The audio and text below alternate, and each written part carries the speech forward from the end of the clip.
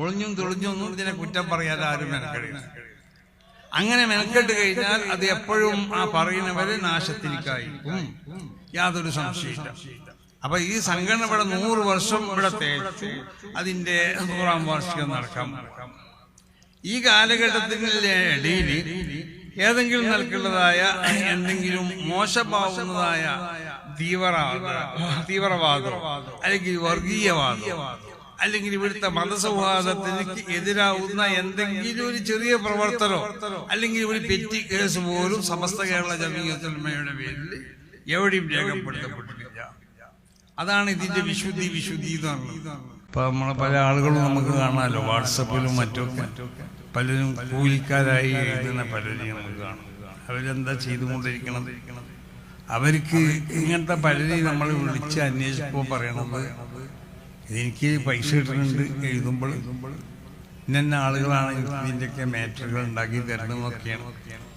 അപ്പോൾ ഒരാളെ ചീത്ത പറയാ, അല്ലെങ്കിൽ ഒരാളെ ഗീബത്ത് പറയാ, അല്ലെങ്കിൽ ഒരാളെ പറ്റി നമീമത്ത് പറയാ. അങ്ങനെ ആ നിലക്ക് അതാണ് മിൻ വജീഹ. ആ ദുനിയാവിനെ സമ്പാദിക്കേണ്ട ആ രൂപം എങ്ങനെയാണോ, ഒരു മുഅ്മിൻ എങ്ങനെയാണോ ദുനിയാവിനെ സമ്പാദിക്കേണ്ടത്, ആ രൂപത്തിലല്ലാതെ അതിനെന്താക്കുക സമ്പാദിക്കാം.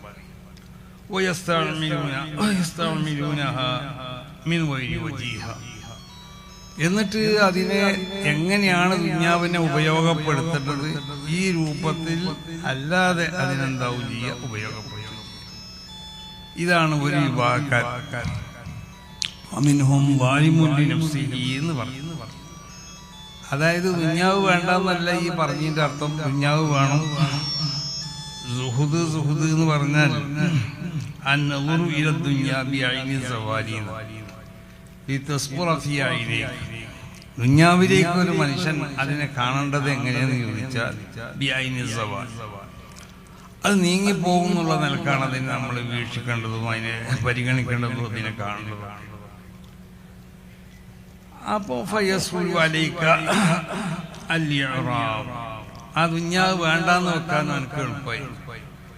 കാരണം അതിലേക്ക് ആ നിൽക്കാണ് ആ തത്വർക്ക് മഹാന്മാരാവുന്ന ഇമ്മത്ത് മശായിഖന്മാര് അതിന് അർത്ഥം പറഞ്ഞത്. ചില ആളുകൾ ഇങ്ങനെ പറഞ്ഞു, ചില ആളുകൾ പറഞ്ഞു അൻ തത്വർക്ക് ദുനിയാ മിൻ ഖൽബിക വതളഅഹ ഫീ ജൈബിക ഔ ഫീ യദിക. ഹൃദയത്തിൽ ദുനിയാവുമായിട്ടുള്ള ബന്ധം ജാതാക്കുക. ആ ദുനിയാവിനെ നീ നിന്റെ കയ്യിലോ അല്ലെങ്കിൽ നിന്റെ കീശയിലൊക്കെ വെച്ചോന്ന് പറഞ്ഞാൽ അതായിട്ടുള്ള ഒരു കടുംപിടുത്തം നിന്റെ ഹൃദയത്തിൽ ഇല്ലാതിരിക്കാതെ. ഈ അർത്ഥത്തിൽ തന്നെയാണ് മഹാന്മാരൊക്കെ പറഞ്ഞിട്ടുള്ളത്. മഹാനാവുന്ന ഇമാം ശൈഖു ത്വായിഫത്ത് ജുനൈദുൽ ബഗ്ദാദി തങ്ങൾ പറഞ്ഞു, ഇസ്തിസ്വാറു ദുനിയ വമഹു ആസാരിഹാ മിനൽ ഖൽബ്. ദുനിയാവിനെ ചെറുതായി കാണാം, അത് നീങ്ങിപ്പോകുന്നൊരു സാധനമാണ്. ആ ദുനിയാവുമായുള്ളതായ ആ ബന്ധങ്ങളെ നിന്റെ ഹൃദയത്തിൽ നിന്ന് ഒഴിവാക്കുകയും ചെയ്യുക. നമുക്കറിയാലോ, നബി സല്ലല്ലാഹു അലൈഹി വസല്ലമ തങ്ങൾ ഒരവസരത്തിൽ ഈത്തപ്പന മട്ടൽ കൊണ്ട് നിർമ്മിക്കപ്പെട്ട ഒരു കട്ടിൽമേൽ നബി സല്ലല്ലാഹു അലൈഹി വസല്ലമ തങ്ങൾ കിടന്നു. ഉറങ്ങി എണീച്ച് നോക്കുമ്പോൾ നബിന്റെ ശരീരത്തിൽ ഈ ഓലിന്റെ അടയാളങ്ങളൊക്കെ എന്തായിട്ടുണ്ട്, പതിഞ്ഞിട്ടുണ്ട്. അപ്പൊ സഹാബത്ത് റസൂലുള്ളാഹിനോട് പറഞ്ഞു, ഫഖുൽനാ യാ റസൂലല്ലാഹ്, അല്ലാഹുവിന്റെ റസൂലേ, ഞങ്ങൾ നിങ്ങൾക്ക് നല്ലൊരു കോസടി ഉണ്ടാക്കി തരാം, നല്ലൊരു ബെഡ് ഉണ്ടാക്കി തരാന്ന് പറഞ്ഞു. അപ്പൊ റസൂലുള്ളാഹി പറഞ്ഞൊരു വാക്കുണ്ട്, മാലി വലി ദുനിയ, ഞാനും ദുനിയാവുമായിട്ട് എന്തൊരു ബന്ധമുള്ള, മാ അന ഫി ദുനിയ ഇല്ലാ കറാകിബിൻ ഇസ്തവല്ല തഹത ശജറ. ഞാൻ ഈ ദുനിയാവില് ഒരു യാത്രക്കാരനെ പോലെയാണ്. ഒരു യാത്രക്കാരൻ ഒരു മരത്തിന്റെ ചുവട്ടിൽ വന്ന് അദ്ദേഹം തണല് കൊണ്ടു, പിന്നെ അദ്ദേഹം വിശ്രമം കഴിഞ്ഞതിന് ശേഷം ഹുമ്മറ, പിന്നെ അവന്റെ ആവശ്യത്തിലേക്ക് അവൻ യാത്ര തുടർന്നു. വതറക്കഹ, ആ മരത്തിന്റെ തണലിനെ അവൻ ഉപേക്ഷിക്കുകയും ചെയ്തു. അത്രയൊരു ബന്ധേ നമ്മളൊരു യാത്രക്കാരനിക്ക് അവൻ താമസിക്കുന്ന ലോഡ്ജിനോടോ അല്ലെങ്കിൽ അവൻ താമസിക്കുന്ന യാത്രയിൽ താമസിക്കുന്നതായ സ്ഥലത്തിനോടോ അല്ലെങ്കിൽ അവൻ തണലിന് വേണ്ടി ഉപയോഗപ്പെടുന്നതായ ആ തണൽ നൽകപ്പെടുന്ന ആ മന്ദിരത്തിനോടൊക്കെ ഉള്ള ഒരു ബന്ധമുള്ളൂ എനിക്ക് ദുനിയാവിനിക്ക് റസൂലുള്ളാഹി സ്വല്ലല്ലാഹു അലൈഹി വസല്ലം തങ്ങൾ പറഞ്ഞു. അപ്പൊ ആ നിലക്കല്ലാത്ത നിലക്ക് ദുനിയാവിനെ ചെറുതായി കാണാതെ ദുനിയാവിനോടുള്ളതായ മഹബത്ത് അത് ഹൃദയത്തിൽ പ്രതിഷ്ഠിച്ചു കൊണ്ടിട്ട് അതിനെ ഹൃദയത്തിൽ നിന്ന് ഒരു നിലക്കും ഒഴിവാക്കാൻ പറ്റാത്ത നിലക്ക്, അതാണ് അല്ലദീന വഖഫൂ മഅ സഹ്റത്തി ദുനിയ. ദുനിയാവിന്റെ ആ ആഡംബരങ്ങൾ, ദുനിയാവിന്റെ ആ പ്രവൃത്തികൾ, അതിന്റെ ഒപ്പം അവൻ കൂടി. എന്നിട്ടോ യഖുദൂനഹാ മിൻ ഗൈരി വജീഹ, സമ്പാദിക്കേണ്ട രൂപല്ലാത്ത നിലക്കായിരിക്കും അതിനെ അവൻ എന്താക്കുക, സമ്പാദിക്കുക. അതിനെ ഉപയോഗപ്പെടുത്തേണ്ട നിലക്കല്ലാതെ ഉപയോഗപ്പെടുത്തുകയും ചെയ്യാം. ഫസാറത്ത് അക്ബറ ഹമ്മിഹിം, അപ്പൊ അവർ ഏറ്റവും വലിയ പ്രശ്നം അതന്നായി തീർന്നു, ദുനിയാവായി തീർന്നു. ഇതിനെ പറ്റിയാണ് വിശുദ്ധ ഖുർആനിൽ വിശേഷിപ്പിച്ചത്. ഫമിൻഹും വാലിമുൻ ലിനഫ്സിഹി, ഇങ്ങനത്തെ ആളുകൾ അവരുടെ ശരീരത്തിനോട് അവർ ചെയ്യുന്നത് ശക്തമായതായ അക്രമമാണ്. കാരണം ആ ശരീരത്തിനെ നരക കുണ്ടാരത്തിലേക്ക് കൊണ്ടുപോകാനുള്ളതായ വഴിയാണോ ഉണ്ടാക്കുന്നത്. നാം മറ്റൊരു വിഭാഗം ഹുമുല്ലദീന അഖദൂഹാ മിൻ വജീഹിഹ, ആ ദുനിയാവിനെ സമ്പാദിക്കേണ്ടത് പോലെ അവൻ എന്താക്കുക, സമ്പാദിച്ചു. പക്ഷേ ലാകിന്നഹും തവസ്സഉ ഫീ ലദ്ദാതിഹാ, ആ ദുനിയാവിന്റെ സുഖ സൗകര്യങ്ങളിൽ അവൻ അമിതമായി കൊണ്ട് ആകർഷനായി കൊണ്ട് അതിനെ അമിതമായി കൊണ്ട് അതിനെ ഉപയോഗപ്പെടുത്തി. അതിന് ആവശ്യത്തിലധികം ആവശ്യമായ സംഗതികൾ അതിന് ഉപയോഗപ്പെടുത്താൻ, ദുനിയാവെന്ന് ഉപയോഗപ്പെടുത്തേണ്ടതെന്നല്ല ഈ പറഞ്ഞതിന്റെ അർത്ഥം.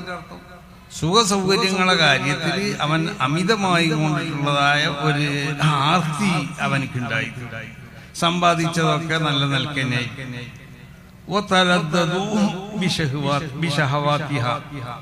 ആ ദുനിയാവിന്റെ ഏതെല്ലാം ആഗ്രഹങ്ങളുണ്ടോ അതുകൊണ്ടൊക്കെ അവൻ എന്തായി, അതിനെ അനുഭവിച്ചുകൊണ്ട് അതിൽ അവൻ ആസ്വദിച്ചു.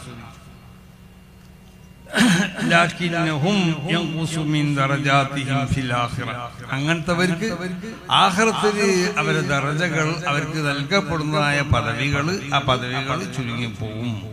ബിഖദ്രി തവസ്സുഇഹിം, എത്രമാത്രമാണോ ദുനിയാവിന്റെ ആഡംബരത്തിൽ അവൻ ലയിച്ചുകൊണ്ടിട്ട് അവൻ അതിനു വേണ്ടി അവൻ പ്രവർത്തിച്ചത്, ആ നിൽക്കൊക്കെ അവന്റെ ആഖിറത്തിൽ ലഭിക്കപ്പെടുന്നതായ ആഗ്രഹങ്ങൾ അത് ചുരുങ്ങിപ്പോവും. അത്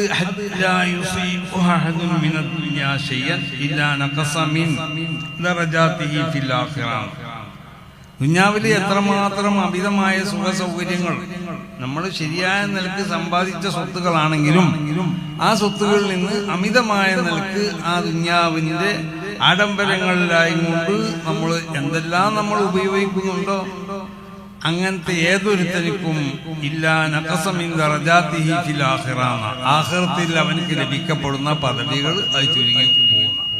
ഇത് റസൂലുള്ളാഹി സ്വല്ലല്ലാഹു അലൈഹി വസല്ലം തങ്ങളുടെ ഹദീസാണ്. മൂന്നാമത്തെ ഒരു വിഭാഗമുണ്ട്, അതാണ് വമിൻഹും സാബിഖുൻ ബിൽ ഖൈറാത്ത് ഹുമുല്ലദീന ഫഹിമുൽ മുറാദ മിനദ് ദുനിയ. ദുനിയാവ് എന്താന്നുള്ളത് അവർക്ക് മനസ്സിലായി. അവരെന്തായി, ഇസ്തിഹ്വാറുൽ ആഖിറത്തിനെ ആലോചിച്ചുകൊണ്ട് അതിന്റെ ചിന്തയിലായി കൊണ്ടിട്ട് അവർ കഴിച്ചു. അല്ലാഹു സുബ്ഹാനഹു വ തആലാന്റെ തിരു സാന്നിധ്യത്തിൽ അവരെ എന്താവും കൊണ്ടുവരപ്പെടും. അവിടുന്ന് ചെറുതും വലുതുമാവുന്ന ഓരോ സംഗതികളെ സംബന്ധിച്ചും ചോദ്യം ചെയ്യപ്പെടും എന്നതിനെ സംബന്ധിച്ച് അവർ മനസ്സിലാക്കി. അതോടൊപ്പം ഇസ്തിഹ്വാറു അന്ന ലദ്ദാതിഹാ ശാഗിലത്തുൽ ഖുലൂബ്, ആ ദുനിയാവിന്റെ ഏത് സുഖ സൗകര്യങ്ങളാണെങ്കിലും അതൊക്കെ അവന്റെ ഹൃദയത്തിനെ അല്ലാഹു സുബ്ഹാനഹു വ തആലയുമായുള്ളതായ ബന്ധത്തിനെ തൊട്ട് അത് ശുഗലാക്കി കളയും എന്ന് അവർ മനസ്സിലാക്കി. അതോടൊപ്പം ആ ദുനിയാവിന്റെ ഈ സുഖ സൗകര്യങ്ങളെ ഉപേക്ഷിക്കുക എന്നുള്ളത് മൂജിബു റഫഈ ദറജാത്ത്, ആഖിറത്തിൽ പദവികളെ ഉയർത്തപ്പെടാനുള്ളതായ അതിനുണ്ടാക്കി കൊടുക്കുന്നതായ അതിന്റെ കാരണങ്ങളാണെന്നും അവർ മനസ്സിലാക്കി. ഇങ്ങനെ മൂന്ന് വിഭാഗക്കാരാണ്. ആ മൂന്ന് വിഭാഗക്കാരെ പറ്റിയാണ് വിശുദ്ധ ഖുർആൻ ഫമിൻഹും വാലിമുൻ ലിനഫ്സിഹി വമിൻഹും മുഖ്തസിദ് വമിൻഹും സാബിഖുൻ ബിൽ ഖൈറാത്തി ബിഇദ്നിഹി. ഈ തികച്ചും ഈ മൂന്നാമത്തെ വിഭാഗത്തിൽപ്പെട്ട മഹാന്മാരായിരുന്നു സമസ്ത കേരള ജമിയത്തുൽ ഉലമ എന്ന് പറഞ്ഞ് ഈ മഹത്താവുന്നതായ പ്രസ്ഥാനം അതിനെവിടെ സ്ഥാപിച്ചവർ. അവര് ദുന്യാവിനെ സംബന്ധിച്ച് അവർ മനസ്സിലാക്കി, ദുന്യാവ് അത് ദില്ലുൻസായില്ല, അത് നീങ്ങിപ്പോണതായ ഒരു നേര് മാത്രമാണ്, അതിനിക്ക് ശാശ്വതമായി കൊണ്ടിട്ട് നിലനിൽപ്പില്ല എന്നവർ മനസ്സിലാക്കി. അവ ദുന്യാവിനോടുള്ള ബന്ധം അവരുടെ ഹൃദയത്തിലില്ലായിരുന്നു. യഥാർത്ഥ സാഹിതികളായിരുന്നു അവര്. അതാണല്ലോ ഒരാൾക്ക് നമ്മള് ഏറ്റവും ബുദ്ധിയുള്ള ആൾക്ക് എന്തെങ്കിലും നമ്മൾ വസിയത്ത് ചെയ്താൽ അത് സാഹിതികൾക്ക് കൊടുക്കണം എന്ന് പറഞ്ഞതുകൊണ്ട് അവരാണ് ഏറ്റവും അധികം ബുദ്ധിമാന്മാർ.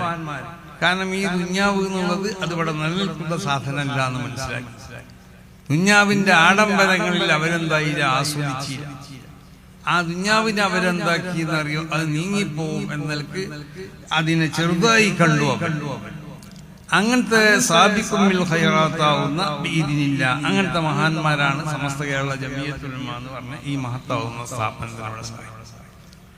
ഇതിനിവിടെ സ്ഥാപിച്ചത്.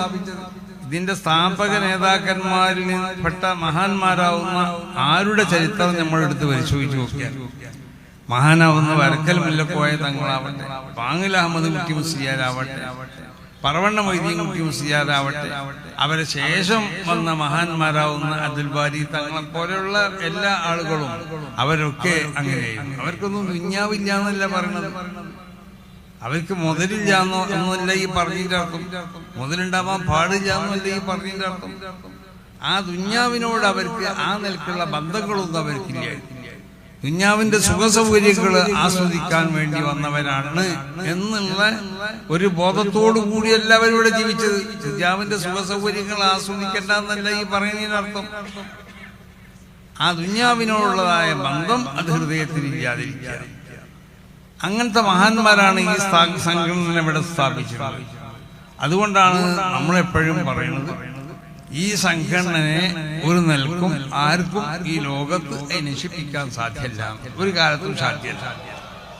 അത് എപ്പോഴും അത് പ്രൗഢിയോടുകൂടി, അങ്ങനെയാണല്ലോ ഏത് സംഗതി അങ്ങനെയാണ്, അത് അപ്പോഴും അത് പ്രൗഢിയോടുകൂടി അതെന്താവും മുന്നേറിക്കൊണ്ടേ. ഓരോ കാലഘട്ടത്തിലും അത് ഉയർച്ചയിൽ നിന്ന് ഉയർച്ചയിലേക്കാണ് അത് ഉയർന്നുകൊണ്ടിരിക്കുന്നത് ഈ സംഘടന. ഇപ്പോ നമ്മളെ ഈ രാജ്യത്തൊക്കെ നോക്കിയാല് സമസ്ത എന്ന് പറഞ്ഞൊരു സാധനം അത് എന്താന്നുള്ളത് ഇവിടുത്തെ ഏത് കുട്ടീനോട് ചോദിച്ചാലും ചെറിയ കുട്ടീനോട് ചോദിച്ചാലും സമസ്ത എന്താന്ന് ചോദിച്ചാൽ സമസ്തനെ പറ്റി മനസ്സിലാക്കാം. സമസ്തം കേട്ടിട്ടുണ്ടോ? ഇവിടുത്തെ നമ്മളെ സമുദായ സഹോദരന്മാർക്ക് അറിയാം, അവർക്കൊക്കെ അറിയാം. മറ്റുള്ള ഇതര സമുദായത്തിൽപ്പെട്ട സഹോദരന്മാർക്കൊക്കെ അറിയാം സമസ്ത കേരള ജമിയത്തുൽ ഉലമ. കാരണം ആ നിലക്ക് ഈ സംഘടന കേരളത്തിൽ നല്ല അത് എവിടെയെല്ലാം നമ്മുടെ കേരളക്കാരാവുന്ന ആളുകളുണ്ടോ ആ സ്ഥലത്തൊക്കെ അതിന്റെ പ്രവർത്തനങ്ങൾ നടന്നുകൊണ്ടിരിക്കുകയാണ്.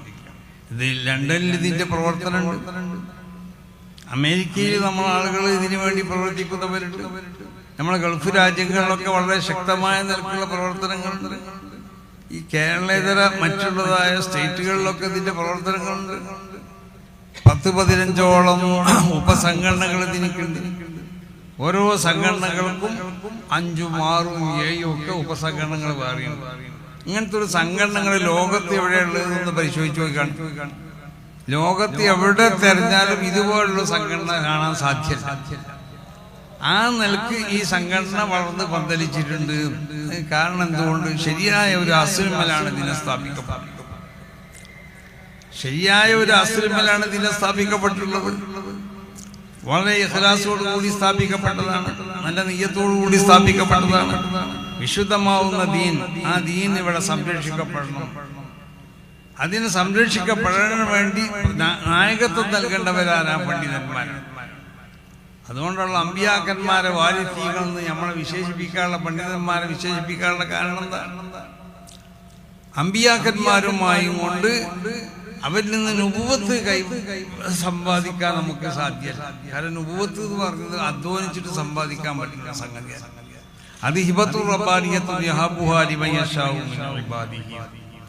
അത് ആവശ്യമുള്ള അള്ളാഹു പ്രത്യേകമായി കൊണ്ട് തിരഞ്ഞെടുക്കപ്പെട്ട പ്രത്യേക ചില മാനദണ്ഡങ്ങളൊക്കെ അള്ളാഹു നിശ്ചയിച്ചിട്ടുണ്ട്. അങ്ങനത്തെ വ്യക്തികൾക്ക് അത് നൽകുള്ളൂ. പക്ഷേ നബി സല്ലല്ലാഹു അലൈഹി വസല്ലമ തങ്ങളോട് കൂടി ഒരു പ്രവാചകനോട് വരേണ്ട ആവശ്യമില്ല. കാരണം ഈസാ നബി അലൈഹി സ്വലാത്തു വസ്സലാം ഒരു നബിയായിട്ട് ഒരു പ്രബോധനത്തിനല്ല ഇവിടെ വരണം. ഈസാ നബി അലൈഹി സ്വലാത്തു വസ്സലാം കാരണം ഒരു നബിമാരി ആവശ്യപ്പെടില്ല. കാരണം കാലികമാവുന്നതായ വതമ്മത്ത് കലിമത്തു റബ്ബിക സിദ്ഖൻ വഅദ്ലാന സാദിഖത്താവുന്ന അല്ലാഹുവിന്റെ ഈ ശരീഅത്ത്, പൂർണ്ണമായ ശരീഅത്ത്, നീതിയാവുന്ന ശരീഅത്ത്, ഇതൊക്കെ ഉള്ള ശരീഅത്താണ് അല്ലാഹു സുബ്ഹാനഹു വ തആല റസൂലുള്ളാഹിയിലേക്ക് അവതരിപ്പിക്കപ്പെട്ടത്. ഇനി വേറൊരു ശരീഅത്തിന്റെ ആവശ്യമില്ല. ഈ ശരീഅത്തിനെ സംബന്ധിച്ച് പഠിച്ചു നോക്കിയാൽ മനസ്സിലാവും ഇത് പൂർണ്ണമായ ശരീഅത്താണ്. അതുകൊണ്ടാണ് വിശുദ്ധ ഖുർആൻ അതിനെ വിശേഷിപ്പിച്ചത് വതമ്മത്ത് കലിമത്തു റബ്ബിക. നബിയെ തങ്ങൾക്ക് അല്ലാഹുവിന്റെ റബ്ബ് തങ്ങളിലേക്ക് അവതരിപ്പിച്ചതായ ഈ ശരീഅത്തിന്റെ ആ നിയമങ്ങൾ മുഴുവനും അത് പൂർണ്ണമായതാണ്. അതിന് ഒരു പോരായ്മയില്ല. പിന്നെ അത് സാദിഖത്താവുന്നതായ ശരീഅത്താണ്, നീതിയുള്ള ശരീഅത്ത്. നീതി അല്ലാത്ത ഒന്നും തിരില്ല. പറയുന്നവർ പറയും ചിലപ്പോൾ പെണ്ണുങ്ങൾക്ക് എന്തിയ ഭാര്യ കുറച്ചു കൊടുത്തു എന്നൊക്കെ പറഞ്ഞു.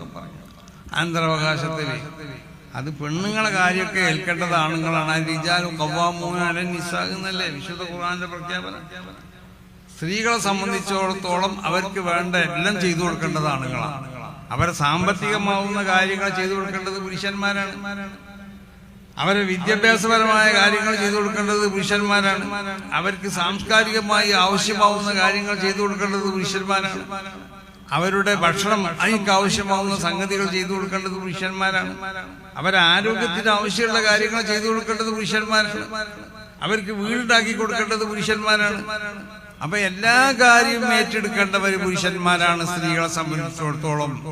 അതുകൊണ്ട് പിന്നെ സ്ത്രീകൾക്ക് കൊടുക്കുമ്പോൾ ഒരു പോക്കറ്റ് പണിയുമായുള്ളത് കൊടുത്താൽ മതി. എന്നാൽ അത്രയല്ല, അതിനേക്കാൾ അധികം കൊടുക്കുന്നുണ്ട്. നമ്മളാണ് തിരക്ക് കൊള്ളേണ്ടത്. ആണ് ഞങ്ങൾക്കിത് പോരാന്ന് പറഞ്ഞു. അല്ല, ഈ നമുക്ക് കിട്ടുന്നതാണ് പോരാന്ന് നമ്മൾ പറയുന്നത്. അനന്തരാവകാശത്തിൽ ആണുങ്ങൾക്ക് തരുന്നത് പോരാണ്. കാരണം പെണ്ണുങ്ങളെല്ലാ കാര്യവും നമ്മളെ ഏൽപ്പിക്കുക, എന്നിട്ട് നമ്മൾക്ക് തരണതാണെങ്കിൽ അവിടെ മതിയാവണില്ല. അപ്പൊ പെണ്ണുങ്ങൾക്ക് കൊടുത്തില്ല ഒരു കുഴപ്പമില്ല. അതൊരു നീതിയല്ലാത്തൊന്നുമായില്ല. അപ്പൊ വളരെ നീതിയോട് കൂടി തന്നെയാണ് വിശുദ്ധമാവുന്നതായ ശരീഅത്ത്, ഈ നിയമങ്ങളൊക്കെ അല്ലാഹു സുബ്ഹാനഹു വ തആല ഇവിടെ അവതരിപ്പിച്ചത്. അതുകൊണ്ടാണ് ഈ ശരീഅത്തിനെ ഭേദഗതി ചെയ്യപ്പെടേണ്ടയോ, അല്ലെങ്കിൽ ഈ ശരീഅത്തിൽ എന്തെങ്കിലും നിലക്ക് കടത്തി കൂട്ടണ്ടയോ, അല്ലെങ്കിൽ ഇത് കാലഹരണപ്പെട്ടതാണെന്ന് പറയപ്പെടേണ്ട ഒരു ആവശ്യമില്ല. അത്രമാത്രം പൂർണ്ണമായ ശരീഅത്താണ് ഈ ശരീഅത്ത്. അപ്പൊ ഈ ശരീഅത്തിന്റെ പ്രബോധനത്തിന് വേണ്ടി അതല്ല, വേറൊരു ശരീഅത്തുമായിട്ട് ഒരു പ്രവാചകനോട് വരേണ്ട ആവശ്യമില്ല. പ്രവാചകന്മാർ വരേണ്ടതാണല്ലോ, അതിനാണല്ലോ അല്ലാഹു സുബ്ഹാനഹു വ തആലയിൽ നിന്നും വിശുദ്ധമാവുന്ന ശരീഅത്തുകൾ, ആ ശരീഅത്തുകളെ സ്വീകരിച്ചു കൊണ്ടിട്ട് ഉമ്മത്തിലേക്ക് ജനങ്ങൾക്ക് എന്താക്കുക, അവരെ ഇർശാദ് ചെയ്യുക. അതിനാണല്ലോ അമ്പിയാക്കന്മാർ അല്ലാഹു സുബ്ഹാനഹു വ തആല പറഞ്ഞേക്കുന്നത്. അങ്ങനെ ഒരു നബി വന്നും കൊണ്ടിട്ട് ഒരു പുതിയ ശരീഅത്തായി കൊണ്ട് ഇവിടെ വരേണ്ട ആവശ്യമില്ല. അങ്ങനെ ഒരു ശരീഅത്ത് ഇവിടെ സ്ഥാപിക്കാൻ വേണ്ടി അല്ലെങ്കിൽ അതിന്റെ പ്രബോധനത്തിന് വേണ്ടി മറ്റൊരു നബിമാർ ഇവിടെ വരികയില്ല. അങ്ങനെ ആരെയും വന്നിട്ടുണ്ടെങ്കിൽ അവരൊക്കെ കള്ളന്മാരാണ് എന്നുള്ളതാണ്. അപ്പൊ നബി സല്ലല്ലാഹു അലൈഹി വസല്ലമ തങ്ങൾക്ക് ശേഷം നബി വരേണ്ട ആവശ്യമില്ല. പക്ഷേ നബി സല്ലല്ലാഹു അലൈഹി വസല്ലമ തങ്ങൾക്ക് ശേഷവും ഈ ശരീഅത്ത് അതിനെ വളർത്താക്കണം, അതിനെ പ്രചരിപ്പിക്കപ്പെടണം. അത് വിശുദ്ധ ഖുർആന്റെ പ്രഖ്യാപനമാണ്. ഇന്നാ നഹ്നു നസ്സൽനാ ദിക്റ വ ഇന്നാ ലഹു ലഹാഫിളൂൻ. ഈ ശരീഅത്ത് അത് നിലനിർത്തപ്പെടേണ്ട കാലം വരെ അതിനെ സംരക്ഷിക്കാൻ ആവശ്യമാവുന്ന സംവിധാനങ്ങളൊക്കെ അല്ലാഹു ആവുന്ന ഞാൻ ഉണ്ടാക്കിക്കൊണ്ടിരിക്കും. ആ സംവിധാനത്തിൽപ്പെട്ടതാണ് മഹാന്മാരാവുന്നതായ പണ്ഡിതന്മാർ. അതാണ് അൽ ഉലമാഉ വറസത്തുൽ അംബിയാ. അമ്പിയാക്കന്മാരെ വാരിസീകളാണെന്ന് പറഞ്ഞാൽ അമ്പിയാക്കന്മാരിൽ നിന്ന് നുബുവത്തിനെ ഇസ്തിഫാദ് ചെയ്യാതുള്ള അർത്ഥമല്ല. അമ്പിയാക്കന്മാരുടെ ബാത്തിൽ നമ്മൾ പരിശോധിച്ചു നോക്കിയാൽ ആ ബാത്തിന് അത് വിലായത്താണ്. ഏത് നബിമാരും അങ്ങനെ തന്നെ അവരുടെ ബാത്തിൽ അത് വിലായത്താണ്. അപ്പൊ ആ വിലായത്തിനെ അമ്പിയാക്കന്മാരിൽ നിന്നും ഇസ്തിഫാദ് ചെയ്യണം പണ്ഡിതന്മാർ. എന്നാലേ അവൻ യഥാർത്ഥ പണ്ഡിതനാവും. ഹദീസ് പറഞ്ഞതുകൊണ്ടോ അല്ലെങ്കിൽ ഖുർആൻ ഓതിയതുകൊണ്ടോ അല്ലെങ്കിൽ ഖുർആനിന് അർത്ഥം പറഞ്ഞതുകൊണ്ടോ ഹദീസിന്റെ അർത്ഥം പറഞ്ഞതുകൊണ്ടോ ഖുർആനെ വ്യാഖ്യാനിച്ചുകൊണ്ടൊന്നും അവനക്ക് കിട്ടിയതായ ഇൽമ് അത് അല്ലാഹുവിന്റെ റസൂലിൽ നിന്നും ഇസ്തിഫാത്ത് ചെയ്യപ്പെടുന്നതായ ഇൽമാണ്, അല്ലെങ്കിൽ റസൂലുള്ള മുഖേന വാസിത്തിയായി കൊണ്ട് മഹാന്മാരാവുന്ന അമ്പിയാക്കന്മാരിൽ നിന്ന് ഇസ്തിഫാത്ത് ചെയ്യപ്പെട്ട ഇൽമാണെന്ന് പറയാൻ പറ്റില്ല. കാരണം അങ്ങനെ പറയണമെന്നുണ്ടെങ്കിൽ മഹാന്മാരാവുന്ന അമ്പിയാക്കന്മാർക്കുള്ള സ്വഭാവം ഗുണങ്ങൾ അവർക്ക് ഉണ്ടാവണം. അതാണ് ഇസ്തിഖാമത്ത്. അതാണ് ഫമിൻഹും സാബിഖും ബിൽ ഖൈറാത്ത്. ഈ നിലക്കുള്ള ആളുകൾക്ക് വിശുദ്ധമാവുന്നതായ ദീൻ, ആ ദീനിക്ക് നൽകാൻ, അതിനിവിടെ പ്രബോധനം നടത്താൻ അവകാശമുള്ളൂ എന്നുള്ള അർത്ഥം. ഇങ്ങനത്തെ ആളുകളല്ലാത്തവരിവിടെ പ്രബോധനം നടത്തുന്നുണ്ടോ എന്നുള്ളതല്ല. അങ്ങനെ പലരും ഇവിടെ പ്രബോധനം നടത്തും. ആ പ്രബോധനം നടത്തുന്നവരൊക്കെ മഹാന്മാരാവുന്ന അമ്പിയാക്കന്മാരുടെ അനന്തരാവകാശികളാണെന്ന് അവരെ പറ്റി പറയാൻ പറ്റില്ല. അമ്പിയാക്കന്മാരുടെ അനന്തരാവകാശികളാണെങ്കിൽ അമ്പിയാക്കന്മാരിൽ നിന്ന് വിലായത്തിന് ഇസ്തിഫാത്ത് ചെയ്യപ്പെടണം.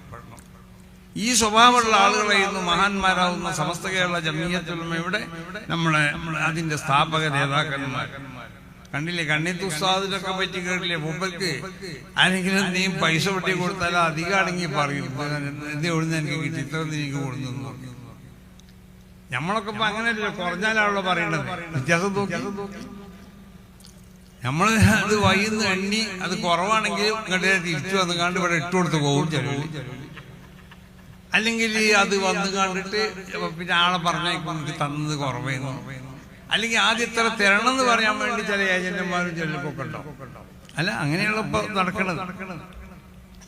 അവരിത് അധികം കൊണ്ടുപോയി കൊടുത്താൽ എന്തിനെത്ര കൊടുക്കുന്ന ചോദിക്കണത്. ഇത് അധികം കൊണ്ടു കൊടുത്താലേ ഇത് എന്താണിത് ഇത്ര തരാനുള്ള കാരണം എന്താണെന്നാ ചോദിക്കണത്. നീ എവിടുന്ന് എനിക്ക് കിട്ടിയെന്ന് ചോദിക്കണത്. അതാണ് അല്ലദീന യഖൂദൂന ദുനിയാവിനെ അത് സമ്പാദിക്കണത്. എങ്ങനെ സമ്പാദിക്കണം? സമ്പാദിക്കേണ്ട രൂപത്തിൽ കൂടി സമ്പാദിക്കണം. വയന്ന് പറഞ്ഞാൽ പൈസ വാങ്ങണ്ടെന്നല്ല, അത് തെറ്റുള്ള സംഗതി ഒന്നല്ല. നമ്മൾ വയന്ന് പറഞ്ഞാൽ നമുക്ക് പൈസ കിട്ടണം. പക്ഷെ അത് എന്താ വരുന്നത് അറിയോ? അതിന് ഒരാളെ നിശ്ചയിക്കുക, എനിക്ക് ഇത്ര കിട്ടുമെന്ന് പറയാൻ. അല്ലെങ്കിൽ അത് കുറഞ്ഞിട്ടുണ്ടെങ്കിൽ പിന്നെ എന്താവാതെ അവിടെ കൊണ്ടുപോയി എറിഞ്ഞു കൊടുക്കുക, അല്ലെങ്കിൽ വിളിച്ച് ചീത്ത പറയാ. ഇതൊക്കെ അല്ലേ ഇന്ന് പ്രബോധകന്മാരിൽ കാണപ്പെടുന്ന സ്വഭാവങ്ങൾ. ഇതൊക്കെ ജനങ്ങൾ പറയാണ് ഇങ്ങനത്തെ സ്വഭാവങ്ങളാണ് പ്രബോധകന്മാരിലുള്ളത്. അതുകൊണ്ടാണ് മഹാന്മാരാവുന്ന സമസ്ത കേരള ജമിയത്തുൽ ഉലമയുടെ നമ്മൾ അതിന്റെ സ്ഥാപക നേതാക്കന്മാരും അതിനുശേഷം അതിനെ കൈകാര്യം ചെയ്ത മഹത്തുക്കളൊക്കെ അവരൊക്കെ സാബിഖും ബിൽ ഖൈറാത്ത്, എല്ലാ നിലക്കുള്ള ഖൈറുമായി കൊണ്ട് അവര് അതിലേക്ക് മുന്നിട്ട് വന്നവരാണ്. മഹാനാവുന്ന ശൈഖുനാ ശംസുൽ ഉലമാ ഖദ്ദസഹു അവരെ ജീവിത ചരിത്രം നമ്മൾ പരിശോധിച്ച് നോക്കിയാലും അങ്ങനെ തന്നെ. പലരും പറയലുണ്ട് അവരെ പറ്റിയൊക്കെ, ഇതൊരു ദുന്യാവിനോട് വലിയ ആഗ്രഹം മൂപ്പർക്കുണ്ട്. അത് മൂപ്പരെ പറയും. എന്തെന്ന് പറയും, എന്നോട് പല സമയത്തും പറയും. ഞാനങ്ങനെ എന്തെങ്കിലുമൊക്കെ പൈസ ആരെയും കൊണ്ടു വരുമ്പോൾ വേഗം വാങ്ങും. ഞാൻ നിങ്ങളൊക്കെ പറഞ്ഞ മാതിരിക്കും അവിടെ വെച്ചോളി അവിടെ വെച്ചോളി എന്ന് പറഞ്ഞു. നമ്മൾ വെച്ചോളി എന്ന് പറഞ്ഞാൽ നമ്മൾ ഗീസിൽ വെച്ചോളി എന്നാ പറയേണ്ടത്. മൂപ്പരത് കയ്യോട്ടേരെ വാങ്ങും. നമ്മൾ പറഞ്ഞ മാതിരിക്ക് ഞാൻ വെച്ചോളി എന്ന് പറഞ്ഞു. എന്നെ പറ്റി ആളുകൾ മനസ്സിലാക്കട്ടെ, ഞാൻ ഇതിനോടൊക്കെ വലിയ ആഗ്രഹമുള്ള ആളാണ്. അങ്ങനെയാണ് മൂപ്പര് അങ്ങനെ ഒരു കാണിക്കലാണ്. ജനങ്ങള് ദുന്യാവിനോട് വലിയ ആഗ്രഹമുള്ള ആളാന്ന് മനസ്സിലാക്കാൻ വേണ്ടിയുള്ള പ്രത്യേകമാവുന്ന ചില കളികളൊക്കെ മൂപ്പര് കളിക്കും. ആരെടുത്തെങ്കിലും എന്തെങ്കിലും ഒരു സാധനം കണ്ടാൽ മുമ്പൊരിക്കൽ അവരെ ഇഷ്ടപ്പെടുന്ന ഒരാളെന്നെ അവരെ ഇഷ്യന്മാരിൽപ്പെട്ട ഒരുത്തൻ, ഞാനന്ന് മൂപ്പരെ റൂമിലുണ്ട്, അയാളൊരു കള്ളി തുണിയൊക്കെ എടുത്തുകൊണ്ടാണ് വന്നിട്ടുണ്ട്. അയാൾ ഗൾഫിൽ നിന്ന് വന്ന ഒരാളാണ്. നല്ല മൗലാന്റെ ഒരു കള്ളിയൊക്കെ ഉണ്ട്. അപ്പൊ മൂപ്പര് പറഞ്ഞു, നിന്റെ അടുത്ത് നല്ല കള്ളിത്തുണിയൊക്കെ ഉണ്ടല്ലോ. അപ്പൊ ഇയാൾക്കും ഭയങ്കര ആവേശമായി. ഇയാള് പറഞ്ഞു, ഉസ്താദിന് കള്ളിത്തുണി വേണമെങ്കിൽ ഞാൻ കൊടുന്നേരാന്ന്. ഇയാൾ അപ്പൊ വേഗം കൊയിലാണ്ടിക്ക് ബസ് കയറി പോയി ഒരു 2-3 കള്ളിത്തുണി കൊടുത്തു. അത് വാങ്ങി വെച്ചു. മൂപ്പര് ആ കള്ളിത്തുണി എടുത്തിട്ടില്ല. ഞാൻ ഇപ്പോഴും അടുത്തൊന്നും കൊടുത്തതായി ഞാൻ കണ്ടിട്ടില്ല. അതവിടെ വാങ്ങി വെച്ചു. പക്ഷെ മൂപ്പര് ഇയാള് പോയതിന് ശേഷം എന്നോട് പറഞ്ഞു, ഇവനെ ഇപ്പൊ എനിക്ക് എതിരുള്ള ആളാണ്. ഇതെന്നാൽ അന്ന് മറ്റേ ഒരു ഗ്രൂപ്പിലാണ് അയാളുള്ളത്. ഇവന്റെ ശിഷ്യ തന്നെയാണ് എന്നെ കൊണ്ടുപോകാൻ കിതാബ് പോകുന്നത്. പക്ഷെ ഞാൻ എന്തിനിപ്പോ ചെയ്തു വെച്ചാൽ ഇവപ്പം നടന്ന് എല്ലാരോടും പറയും. ഞാൻ കണ്ട മൂപ്പര് എടുത്ത് പോയി. മൂപ്പര് കള്ളിത്തുണി കണ്ടപ്പോ കുറെ 3 കൊണ്ടുവച്ചിനോട് ഇത് അവൻ 10 ആളോട് പറഞ്ഞു, ആ 10 ആളോട് പറഞ്ഞോളൂ. അങ്ങനെ 100 ആൾ 1000 ആളുകൾ അങ്ങനെ എല്ലാവരും അറിയട്ടെ. അതിനു വേണ്ടിയാണ് ഞാൻ അങ്ങനെ ചെയ്യുന്നത്. അപ്പൊ അത് ചില മഹാന്മാർക്കുള്ള ഒരു സ്വഭാവമാണ്. അവർക്ക് ദുന്യാവിനോട് മഹബത്ത് ഉണ്ട് എന്നുള്ളത് അവർ ചിലപ്പോൾ പ്രകടമാണ്. യഥാർത്ഥത്തിൽ അവർക്ക് ദുന്യാവിനോട് അവർക്ക് മഹബത്ത് ഉണ്ടാവില്ല, അതിനവരെ ആസ്വദിക്കില്ല. അതെന്തിനു വേണ്ടിയാന്ന് ചോദിച്ചാൽ അങ്ങനെ ജനങ്ങൾ അങ്ങനെ ധരിക്കട്ടെ. അതുകൊണ്ടാണല്ലോ മഹാനാവുന്ന സക്കരിയ അൻസാരി തങ്ങളെ പറ്റി കേട്ടിട്ടില്ലേ? അവര് വലിയ അള്ളാഹുവിന്റെ ഔലിയാക്കന്മാരിൽപ്പെട്ട വലിയ മഹാനായി, ഷാഫി സഗീർ എന്നുള്ള പേരിൽ അറിയപ്പെട്ടതായ മഹാൻ. അവര് അഭിമാനത്തോടു കൂടി പറയലുണ്ടായിരുന്നു, നശഅതു ബൈനൽ ഹജറൈനി വബൈനൽ ജലാലൈനി വബൈനൽ കമാലൈനി, അല്ലെങ്കിൽ അന ബൈനൽ ഹജറൈനി വബൈനൽ ജലാലൈനി വബൈനൽ കമാലൈനി. എന്റെ ശിഷ്യന്മാരെ കൂട്ടത്തിൽ ഒരു ഹജറുണ്ട്, എന്റെ ഉസ്താദന്മാരെ കൂട്ടത്തിലും ഒരു ഹജറുള്ള ആൾ. എന്റെ ഉസ്താദന്മാരെ കൂട്ടത്തിൽ ഒരു ജലാലുണ്ട്, എന്റെ ശിഷ്യന്മാരെ കൂട്ടത്തിൽ ഒരു ജലാലുണ്ട്. എന്റെ ഉസ്താദന്മാരെ കൂട്ടത്തിൽ ഒരു കമാലുണ്ട്, എന്റെ ശിഷ്യന്മാരെ കൂട്ടത്തിൽ ഒരു കമാലുണ്ട്. ഇവരിടയിലാണ് എന്റെ വളർച്ച എന്ന് പറഞ്ഞാൽ മഹാന്മാരാവുന്ന എന്റെ ശിഷ്യന്മാരിൽ നിന്ന് ഞാൻ ഇസ്തിഫാദ് ചെയ്തു. മഹാനാവുന്ന ഇമാം ഷാഫി തങ്ങളെ പറ്റി ഇമാം ഹമീദി തങ്ങൾ പറഞ്ഞു, സഹിബത്തു ഷാഫിയ്യ മിൻ മക്ക ഇലാ മിസ്ർ, മക്കത്ത് നിന്ന് മിസ്ർ വരെ ഇമാം ഷാഫിയുടെ കൂടെ ഞാൻ പോയി. ഞാൻ മൂപ്പരിൽ നിന്ന് മസാലകൾ പഠിച്ചു. അത് ശരിയാണ്, കുഴപ്പമില്ല. കാരണം ഇമാം ഷാഫിയിലേക്ക് തന്നെ പഠിക്കേണ്ടത്, മൂപ്പര് ഈശ്വരമാണ്. പിന്നെ മൂപ്പര് വാക്ക് പറഞ്ഞിട്ടുണ്ട്, എന്നിൽ നിന്നും അദ്ദേഹം മസായിലുകളെ പഠിച്ചു. അങ്ങനെ ശിഷ്യന്മാരിൽ നിന്നും ഉസ്താദന്മാരിൽ നിന്നും പഠിക്കാൻ പറ്റിയ തലക്കുള്ള മഹാന്മാരാവുന്ന ശിഷ്യന്മാരും ഉസ്താദന്മാരും എനിക്കുണ്ടായിരുന്ന സക്കരിയ അൻസാരി തങ്ങൾ പറയുന്നത്, ഷാഫി സഗീർ, ഷെയ്ഖുൽ ഇസ്ലാം എന്നൊക്കെയുള്ള പേരിൽ അറിയപ്പെട്ട മഹാനാണ് അവർ. ഇബ്നു ഹജർ തങ്ങൾ ഉസ്താദാണ്, ഇമാം ജലാലുദ്ദീൻ സുയൂത്തി തങ്ങളൊക്കെ ഉസ്താദാണ്. അപ്പൊ അങ്ങനത്തെ ഇമാം ഷാഫി സക്കരിയ അൻസാരി തങ്ങള് മൂപ്പര് അള്ളാഹുവിന്റെ ഔലിയാക്കന്മാരിൽപ്പെട്ട വലിയ മഹാനാണ്. യഥാർത്ഥ ഒരു ആലിമാണെങ്കിൽ അവൻ വലിയാവും, അത് യാതൊരു സംശയമില്ല. ഔലിയാക്കന്മാരിൽപ്പെട്ട വലിയ മഹാൻ. പക്ഷേ മൂപ്പര് വലിയ ആളെന്ന് ജനങ്ങള് മനസ്സിലാക്കിയത്. ആ നിലയ്ക്ക് മൂപ്പരെ വിലായത്തിനെ മൂപ്പര് മറച്ചു വെച്ചു. ഒരു അശരീരി തസത്തർ വിലായത്തക ബിൽ ഫിഖ്ഹ് യാ സക്കരിയ, അത് മൂപ്പരോട് പറയും, ഏ സക്കരിയ നിന്റെ വിലായത്തിന് നീ മറച്ചു വെച്ചോ, നീ വലിയ ആളെന്ന് ആളുകൾ മനസ്സിലാക്കണ്ട. പിന്നെ വെള്ളം ഊതാനും കുട്ടികളെ വന്നിരിച്ചാനും ഒക്കെ ആൾക്കാർ ഇങ്ങനെ വന്നുകൊള്ളു. ഈ ആലിമാണെന്ന് മനസ്സിലാക്കിയാൽ മതി. എന്നാൽ ഇൽമു കഴിച്ചാൽ ഇന്ത്യ അടുത്തേക്ക് ആളുകൾ ഇങ്ങനെ വരും. ഇമാം ഇബ്നു ഹജറുൽ ഹൈതമിയെ പോലെയോ ജലാലുദ്ദീൻ സുയൂത്തിയെ പോലെയോ 500 600 ഗ്രന്ഥങ്ങൾ ഇവിടെ ഉണ്ടാക്കിയ മഹാന്മാരായ ശിഷ്യന്മാരെ നിങ്ങൾക്ക് ഇവിടെ ഉത്പാദിപ്പിക്കാൻ കഴിയും. അതുകൊണ്ട് ഇനി ആലിമാണെന്ന് മനസ്സിലാക്കിയാൽ മതി. അവ തസത്തർ മൂപ്പരെ വിലായത്തിലെ മൂപ്പര് മറച്ചു വെച്ചു. അങ്ങനെ ഒരു സംഭവം തന്നെ പറയലുണ്ട്. മൂപ്പര് അവസാന കാലഘട്ടത്തിൽ പല മഹല്ലുകളെ ഖാദി സ്ഥാനം മൂപ്പർക്ക് ലഭിക്കപ്പെട്ടു. സക്കരിയ അൻസാരി തങ്ങൾ. അപ്പൊ പൈസ ഇങ്ങനെ വരാൻ തുടങ്ങി. അങ്ങനെയുള്ളോ ഖാദിയാവുമ്പോൾ ഖാദി പണം വരുവാണ്. അങ്ങനെ വരാൻ തുടങ്ങി. ഞാനും അങ്ങനെ കുറെ മഹല്ലുകളെ ഖാദിയാണ്. അപ്പൊ എനിക്കും അറിയാതെ പണം വരും എന്നുള്ളത്. അതുകൊണ്ട് പറഞ്ഞു. അങ്ങനെ മൂപ്പര് പണങ്ങളൊക്കെ വന്നപ്പോൾ മൂപ്പര് സ്വഭാവം എന്താന്ന് ചോദിച്ചാൽ, പണമൊന്നും കയ്യിലും വേഗം കിട്ടിയതൊക്കെ മൂപ്പര് സ്വതക്ക ചെയ്യും. അപ്പൊ സാധാരണ ദിവസം കൊടുക്കുന്ന ചില ആളുകളുണ്ട്. അങ്ങനത്തെ ഒരു വ്യക്തി മൂപ്പരോട് ആ സമയത്ത് പണം വാങ്ങാൻ വേണ്ടി വന്നു. അപ്പൊ മൂപ്പരുടെ അടുത്ത് മസല ചോദിക്കാൻ വേണ്ടി ഒരു കൂട്ടരോടെ വന്നിട്ടുണ്ട്. അവർക്ക് മസല പറഞ്ഞുകൊണ്ടിരിക്കുകയാണ്. അപ്പൊ ഇയാള് വന്ന് പണം ചോദിച്ചപ്പോ ഇയാളോട് പറഞ്ഞു, ഇവിടെ അങ്ങനെ തരുന്ന പരിപാടി ഒന്നും ഇല്ല, പോടുന്നു പറഞ്ഞു. ഞാൻ അന്നാലും ഇങ്ങോട്ട് പറഞ്ഞയച്ചു, ഇന്തിനോട് അങ്ങോട്ട് വന്നിട്ട് ഭയങ്കര ശകാരിക്കൽ. അപ്പൊ ഈ വന്ന ആളുകളുണ്ടല്ലോ, മസല ചോദിച്ചാൽ വന്ന ആളുകളെ തോന്നി പറയാം, ഇയാളെന്താ അങ്ങനെയൊക്കെ ഒരാളെന്തെങ്കിലും സാധനം ചോദിച്ചാൽ വന്ന എന്തേ ഒന്ന് കൊടുത്തു വിട്ടൂടെ നോക്കി. അങ്ങനെ അവരൊക്കെ പോയതിന് ശേഷം മൂപ്പരെ ഖാദിമിനെ പറഞ്ഞയച്ച് ആ വന്ന ആളെ വിളിപ്പിച്ചിട്ട് പറഞ്ഞു, ആളുണ്ടാവുമ്പോ ജിന്നോട് ഇങ്ങോട്ട് പൈസ ചോദിച്ചാൽ പറ്റും. ഞാൻ എനിക്ക് തരാൻ പറഞ്ഞതൊക്കെ ഞാൻ എപ്പോഴും തരും, പക്ഷെ ഈ ജനങ്ങളെ മുന്നിൽ വന്ന് എന്നോട് ചോദിക്കാൻ പാടില്ല.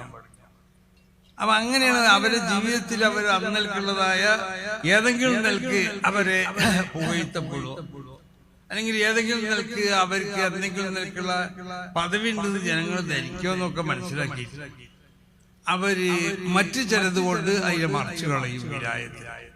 അങ്ങനെ വിലായത്തിനെ ഫിഖ് കൊണ്ട് സക്കരിയ അൻസാരി തങ്ങൾ മറച്ചതുപോലെ ഇൽമു കൊണ്ട് ഫിഖിനെ മറച്ച മഹാനായിരുന്നു, വിലായത്തിനെ മറച്ചവരായിരുന്നു ബഹുമാനപ്പെട്ട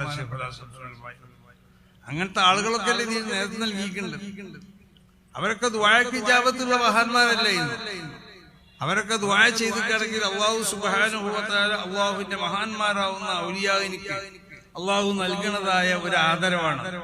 അവരെ ബഹുമാനിച്ചുകൊണ്ട് ദുആക്ക് ഉത്തരം നൽകുക. അങ്ങനത്തെ ആളുകളല്ലേ അവരൊക്കെ. അങ്ങനത്തെവരാണ് ഈ സംഘടന സ്ഥാപിച്ചിട്ടുള്ളത്. അതാണ് ഒളിഞ്ഞും തെളിഞ്ഞൊന്നും ഇതിനെ കുറ്റം പറയാതെ ആരും മെനക്കെടുക. അങ്ങനെ മെനക്കെട്ട് കഴിഞ്ഞാൽ അത് എപ്പോഴും ആ പറയുന്നവര് നാശത്തിലേക്കായിരിക്കും, യാതൊരു സംശയമില്ല. അപ്പൊ ഈ സംഘടന ഇവിടെ 100 വർഷം ഇവിടെ തേച്ചു. അതിന്റെ 100ാം വാർഷികം നടക്കാൻ. ഈ കാലഘട്ടത്തിന്റെ ഇടയിൽ ഏതെങ്കിലും നിലക്കുള്ളതായ എന്തെങ്കിലും മോശമാവുന്നതായ തീവ്രവാദം അല്ലെങ്കിൽ വർഗീയവാദം അല്ലെങ്കിൽ ഇവിടുത്തെ മതസൗഹാർദ്ദത്തിന് എതിരാവുന്ന എന്തെങ്കിലും ഒരു ചെറിയ പ്രവർത്തനോ അല്ലെങ്കിൽ ഒരു പെറ്റി കേസ് പോലും സമസ്ത കേരള ജമീഅത്തുൽ ഉലമയുടെ പേരിൽ എവിടെയും രേഖപ്പെടുത്തപ്പെട്ടിട്ടില്ല. അതാണ് ഇതിന്റെ വിശുദ്ധി എന്ന് പറഞ്ഞത്. മഹാനാവുന്ന ഉമർ ബിൻ ഒരു ചരിത്രം കൂടി പറഞ്ഞ് അവസാനിപ്പിക്കുകയാണ്. മഹാനാവുന്ന ഉമർ ബിൻ ഖത്താബ് തങ്ങളുടെ കാലഘട്ടത്തിൽ അന്ന് മൂപ്പര് ഗവർണറായി നിശ്ചയിച്ച ഒരാളുണ്ടായിരുന്നു, മീസാൻ എന്ന് പറഞ്ഞ സ്ഥലത്ത്. അപ്പൊ ആ മീസാൻ എന്ന് പറഞ്ഞ സ്ഥലത്ത് ഗവർണറായി നിശ്ചയിക്കപ്പെട്ട ആ മനുഷ്യൻ, അദ്ദേഹം വളരെ നല്ല മനുഷ്യനായിരുന്നു, സാലിഹായ ഒരു മനുഷ്യനായിരുന്നു. പക്ഷെ അയാൾ ഒരു കവിയായി. അപ്പൊ മൂപ്പര് കവിയായതുകൊണ്ട് കവികൾക്ക് ചിലപ്പോ അവരെ മനസ്സിൽ നിന്ന് കവിതയും ആ കവി നിർഗളിപ്പിക്കുന്ന അല്ലെങ്കിൽ അതിനെ ഉത്പാദിപ്പിക്കുന്ന മനസ്സിൽ നിന്ന് ചിലപ്പോ വരുന്ന ചില പാട്ടുകളൊക്കെ ഉണ്ടാവും. അപ്പൊ ഇയാള് 3 വരി പാട്ടുകൾ അല അല്ലത്തൽ ഹസനഹ അന്ന ഖലീലഹ ബിമീസാന മിൻ റഹീഖിൻ വഅൻത.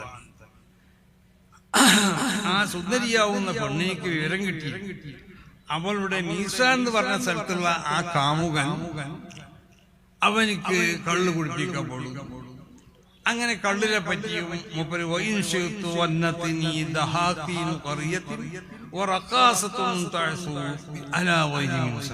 ഞാൻ ഉദ്ദേശിക്കുകയാണെങ്കിൽ ഇവിടുത്തെ പ്രമുഖർ മുഴുവനും എന്റെ മുന്നിൽ വന്ന് നൃത്തം വെക്കും, നർത്തകികളാവുന്ന സ്ത്രീകളും എന്റെ മുന്നിൽ വന്ന് നൃത്തം വെക്കും എന്നൊക്കെ പറയണം. നീ എനിക്ക് കള്ളു കുടിപ്പിക്കുകയാണെങ്കിൽ ഞാൻ വലിയ പാത്രത്തിൽ കുടിപ്പിച്ചോ, ആ പൊട്ടി പൊളിച്ച ആ ചെറിയ പാത്രത്തിലൊന്നും കുടിപ്പിക്കണ്ട. ഈ വരികൾ മൂപ്പര് എഴുതിയപ്പോൾ ഇത് ഉമർ ബിൻ ഖത്താബ് തങ്ങൾക്ക് ഈ വിവരം. അതിൽ അവസാനം ഒരു വരിയുണ്ട്,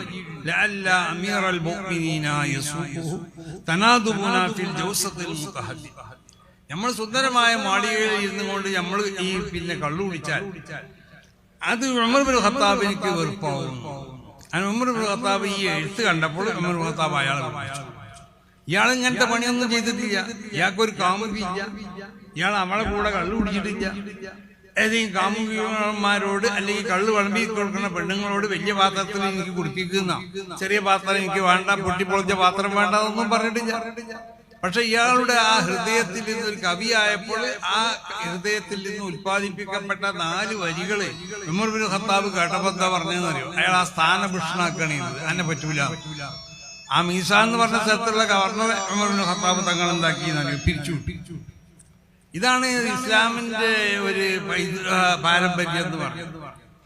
ഏതെങ്കിലും നിലക്കുള്ളതായ അങ്ങനത്തെ എന്തെങ്കിലും നിലക്ക് ആ തെറ്റിദ്ധരിപ്പിക്കപ്പെടുന്നതായ കാര്യങ്ങളുള്ള ആളുകളെ വരെ അത് നമ്മള് ആ നിലക്ക് നമ്മൾക്കുള്ളതായ കാര്യങ്ങൾക്ക് നേതൃത്വം നൽകാനും നമുക്ക് മറ്റേതും ഏൽപ്പിക്കപ്പെടുന്നതായ ഒരു സ്വഭാവം അത് ഇസ്ലാമില്ല. അപ്പൊ അന്നിൽക്ക് വിശുദ്ധമായ ഒരു സംഘടനയാണ് സമസ്ത കേരള ജമീഅത്തുൽ ഉലമ. അതുകൊണ്ടാണ് ഈ സംഘടനയെ ഇവിടുന്ന് നശിപ്പിക്കാനും അല്ലെങ്കിൽ ഇതിനെ ചെറുതാക്കി കാണിക്കാനും ഇതിനെ വിമർശിക്കാനൊന്നും ആരും തുനിയരുത്. അതൊരിക്കലും ഭൂഷണമല്ല. ഇത് അതിന്റെ ജൈത്രയാത്ര 100 ശേഷവും അത് നടന്നുകൊണ്ടിരിക്കും. അതാണ് ആദർശ വിശുദ്ധി. നൂറ്റാണ്ടുകളിലൂടെ എന്ന് പറഞ്ഞാൽ ഈ നൂറ്റാണ്ടുകൊണ്ട് കഴിഞ്ഞിട്ട് ഞാൻ ഈ വരുന്ന നൂറ്റാണ്ടുകളിലൊക്കെ ഈ ആദർശ വിശുദ്ധിയോടുകൂടി ഇത് മുന്നോട്ട് പോയിക്കൊണ്ടേ. അപ്പൊ അതുകൊണ്ട് സംഘടനയ്ക്ക് വേണ്ടി പ്രവർത്തിക്കുക, അതിന്റെ പിന്നിൽ ഉറച്ചു നിൽക്കുക, അതിന്റെ ഒരു പ്രചാരകരാവുക, അതിന്റെ പ്രവർത്തകരാവുക, അതിനെ സ്നേഹിക്കുന്നവരാവുക, സംഘടനയെ ബഹുമാനിക്കുന്നവരാവുക. ആ നിലയ്ക്ക് എല്ലാ നിലക്കും ഈ സംഘടനയെ വളർത്താനും ഇതിനുവേണ്ടി പ്രവർത്തിക്കാനും എല്ലാവരും തയ്യാറാവണം. എല്ലാവരോടും ഒരു പ്രാവശ്യം കൂടി ഉണർത്തിക്കൊണ്ടിട്ട്